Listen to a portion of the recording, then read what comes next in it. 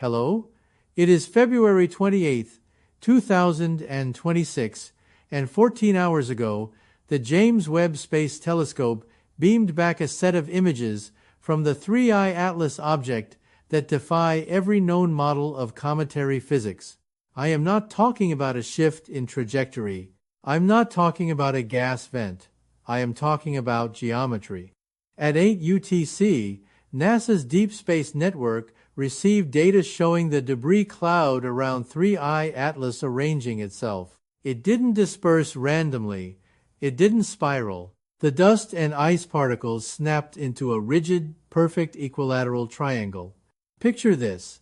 You are looking at an object deep in the vacuum of space, 240 million kilometers away. Nature creates spheres like planets. Nature creates chaotic, jagged shapes like asteroids. Nature does not create straight lines. And nature certainly does not create a triangle with internal angles precise to within 0.01 degrees. Think about that for a moment. The probability of a cometary coma naturally forming a geometric shape of this precision is calculated at 1 inch 8.4 trillion, essentially 0. When I look at this data as a physicist, I don't see chaos. I see order. I see something that requires an external force to maintain. NASA's Goddard Space Flight Center has already flagged this as a Class 1 anomaly, and the most disturbing part, the shape isn't static. As of 3 hours ago, the geometry began to rotate against the solar wind. This is not just a pattern, this is a structure. Let's look at exactly how this happened, because the timeline over the last 24 hours is critical. It started at 14 UTC yesterday, February 26th. The ALMA Observatory in Chile, which observes the universe in radio waves rather than visible light, detected a massive spike in dust production around 3I Atlas. At first, this seemed normal. Comets outgas, they heat up, they release dust. But then, the data changed. Usually, when a comet releases dust, the solar wind pushes it back into a tail. It's messy, it's chaotic, it spreads out like smoke in the wind. But at 1645 UTC, ALMA recorded something that defies fluid dynamics. The dust didn't flow backward, it stopped. Picture this, tons of silicate dust and ice crystals ejected at 400 meters per second, suddenly hitting an invisible wall. Instead of trailing behind the nucleus, the particles began to accumulate at 3 specific points in space equidistant from the center. NASA's Goddard Space Flight Center immediately cross-referenced this with the James Webb Space Telescope. And what the NICAM instrument saw at 1830 UTC confirms that this is not a natural phenomenon. JWST didn't just see a cloud, it saw a structure. The dust wasn't just clumping, it was being held in place by an unknown force.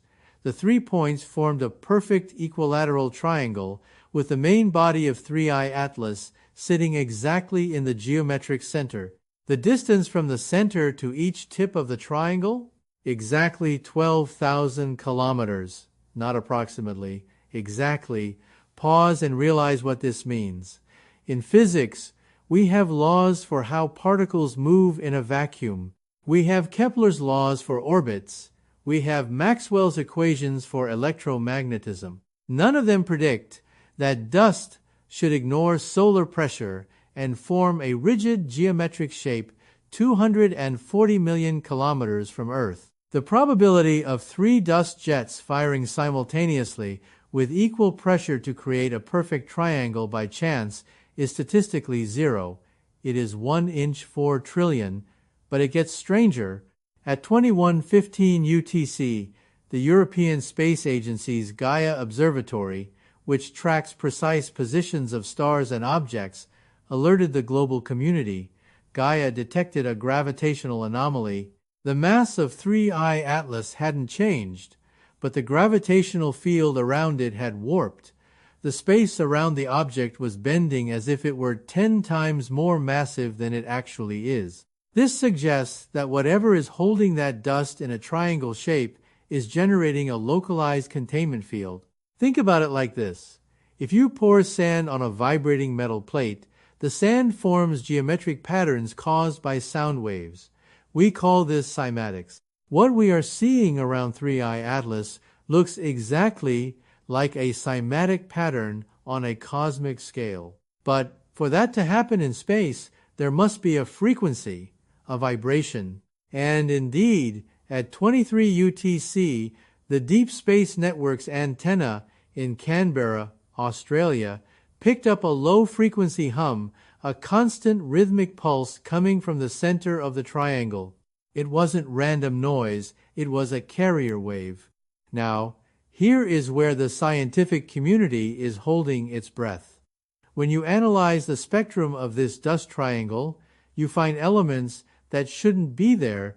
The JWST spectrometer found traces of ionized heavy metals in the dust, iridium and osmium. These are rare elements. They don't naturally float around in cometary comas at these concentrations. To see a geometric structure made of rare earth dust, held in place by a gravitational anomaly, emitting a rhythmic frequency, that is the definition of artificial construction. I have spent my life studying theoretical physics. I've written books on the types of civilizations that might exist in the universe, Type 1, Type 2, Type 3 civilizations. A Type 2 civilization would have the power to manipulate planetary bodies. What we are seeing at 3I Atlas looks like engineering. The shape is too perfect. The angles are too precise. Natural objects are rough. This triangle has edges defined within a few meters. Then at 2 UTC this morning, February 27th, the situation escalated again. The triangle didn't just sit there. It began to rotate not with the object, but around it. The geometric shell started spinning at a velocity of 400 meters per second, and as it spun, the signal strength increased by 400%. Let me put this in perspective. We tracked this object for months thinking it was a rock entering our solar system from deep space. And now, as it approaches Mars' orbit, it deploys a geometric shield and starts broadcasting a high-energy signal. This is not behavior associated with a comet. This is behavior associated with a machine. The data from just the last 12 hours alone has generated more questions than 50 years of astronomy. Why a triangle? Why now? And most importantly, where is that signal directed? Because at 4:30 UTC, we got the answer. And it's not what anyone expected. The signal wasn't aimed at Earth. It wasn't aimed at the Sunday. It was aimed at Saturn. Wait until you hear what happened next. When that signal reached the Saturnian system, something there responded. And this is where the physics we know begins to break down. When I say Saturn responded, I need to be precise. I'm not talking about a radio signal or a beep. I'm talking about a physical reaction on a planetary scale. At 4:32 UTC, exactly 120 seconds after the 3I Atlas signal reached Saturn, the Cassini data archives used to model Saturn's moons lit up with a new alert. The signal didn't hit the planet itself. It hit Enceladus, the small icy moon. We know Enceladus has a subsurface ocean. We know it has geysers that shoot water vapor into space. Normally, these eruptions are sporadic and random, but at 4:32 UTC, every single geyser at the South Pole erupted simultaneously. Think about the coordination required for that. A moon 1.2 billion kilometers from the source signal reacting instantly. The energy required to trigger such a synchronized eruption is calculated at 14.5 terawatts, more energy than all of humanity consumes in a year, and it was triggered by a beam from 3I Atlas that didn't lose power over distance. This is the first impossibility. According to standard physics, the inverse square law says energy spreads out as it travels. Shine a flashlight, and it gets weaker the further it goes. But the signal from the triangle around 3I Atlas didn't spread. It remained a tight, coherent beam for over 1 billion kilometers. It violates the inverse square law. To a theoretical physicist, this suggests one thing: the signal is not traveling through normal space. It is tunneling, using a focused waveguide, possibly manipulating the fabric of space-time itself to contain the energy. But what fascinated me most? The shape itself. Why a triangle? At 6 UTC, NASA's Jet Propulsion Laboratory ran a topological analysis of the debris cloud. They fed the images into a pattern recognition AI, and the result was chilling. The triangle isn't just a triangle, it's a projection.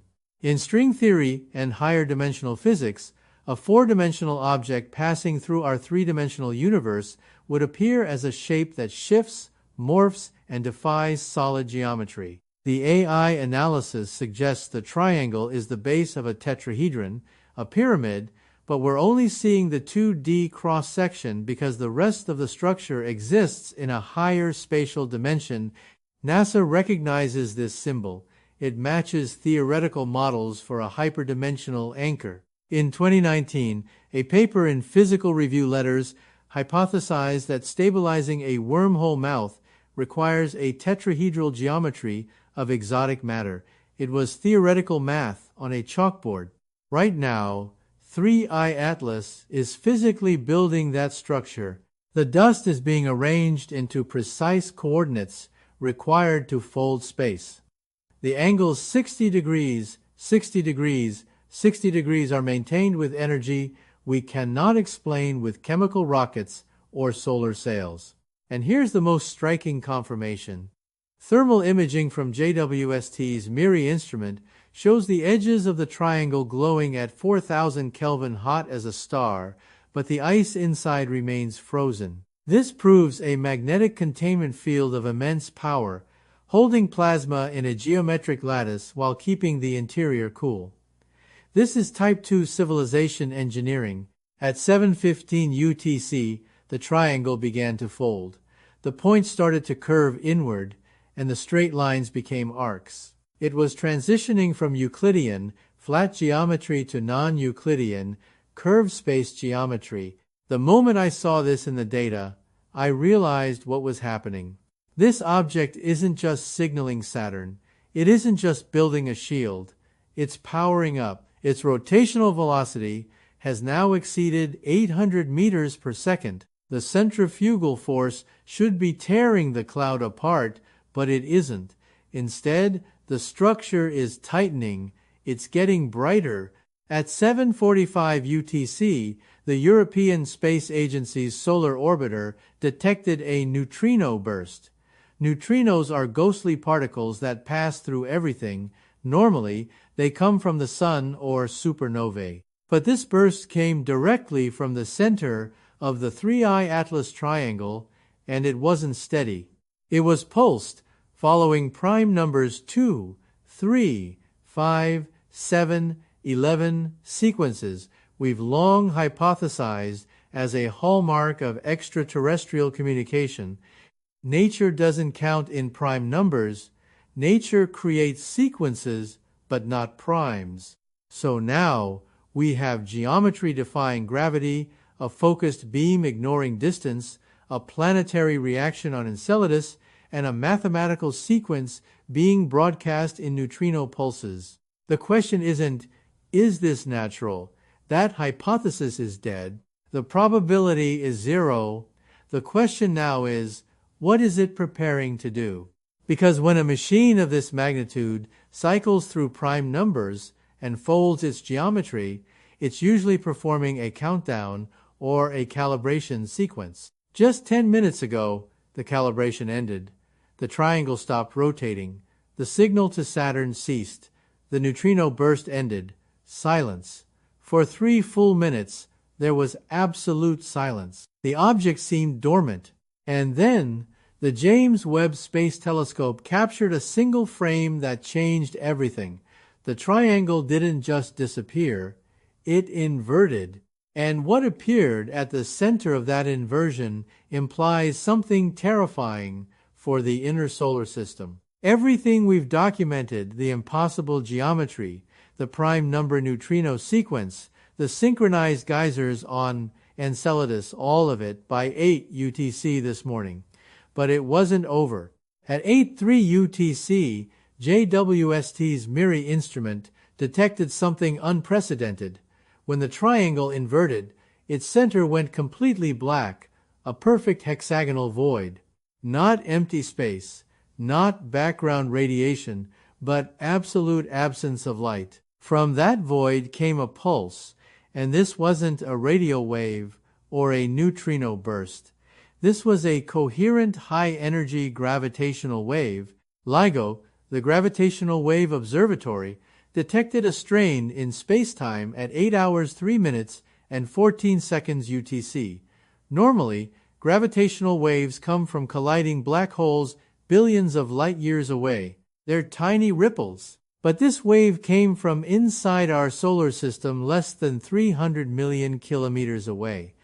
The probability of a natural object producing a gravitational wave of this magnitude without collapsing into a singularity, 0.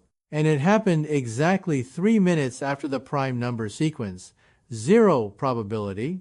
This unprecedented event prompted NASA to initiate an emergency downlink from the Deep Space Network. Within 20 minutes, at 8:25 UTC, the European Space Agency did something that had never happened in its 10-year history.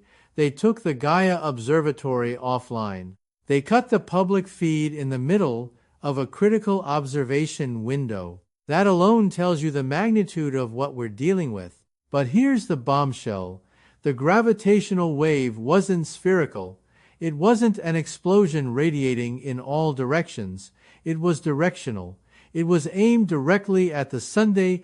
If this is a natural event, then our entire model of physics is wrong.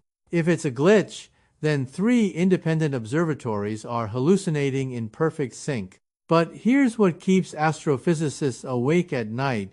If this is an artificial signal sent via gravitational waves, then someone just pinged our star. And we're not talking about a weak signal.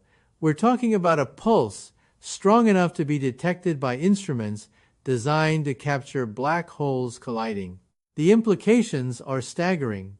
If you can manipulate gravity to send a message, you've mastered the fundamental force of the universe. You're not just visiting a star system, you're actively interacting with it. And that's just the beginning. Because the data we're seeing now proves the sun didn't just receive the signal, it reacted. At 8:45 UTC, 45 minutes after the gravitational wave hit, the Solar Dynamics Observatory recorded a response that defies all known stellar physics. The sun didn't flare. It didn't eject mass. Instead, its entire corona began to vibrate in perfect synchronization with the frequency of the 3I Atlas signal. A standing wave appeared across the outer atmosphere, magnetic field lines locked into a geometric pattern. If this is natural, it's something humanity has never observed in 4.5 billion years of solar history. If this is a glitch, then SDO, SOHO, and Parker Solar Probe all failed in exactly the same way at the same time. But if it's artificial, then the implications are profound. In theoretical physics, a Type II civilization harnesses the full energy of its star. To do that, you don't just put up solar panels. You interact with the star's magnetic field. You tap into the dynamo itself. The gravitational wave from 3I Atlas wasn't a simple greeting. It was a handshake protocol, a connection request. And the clock is ticking. Right now, as you watch this, the 3I Atlas object has stopped rotating. It has aligned its trajectory directly with the solar North Pole. It is no longer drifting, it is accelerating. At its current speed, it will reach perihelion, the closest approach to the Sun, in exactly 4 hours. Telescopes are locked. SDO is recording high-frequency data. Every observatory on Earth is monitoring the coordinates. And whatever 3I Atlas is, whatever message it just sent, It's about to interact with the core of our star. As we approach the climax of this unprecedented event, the James Webb Space Telescope continues to feed live data. Every second counts. The 3I Atlas object has stopped rotating, its geometric triangle fully aligned with the solar North Pole. It is no longer drifting. Its acceleration is precise, controlled, and unwavering.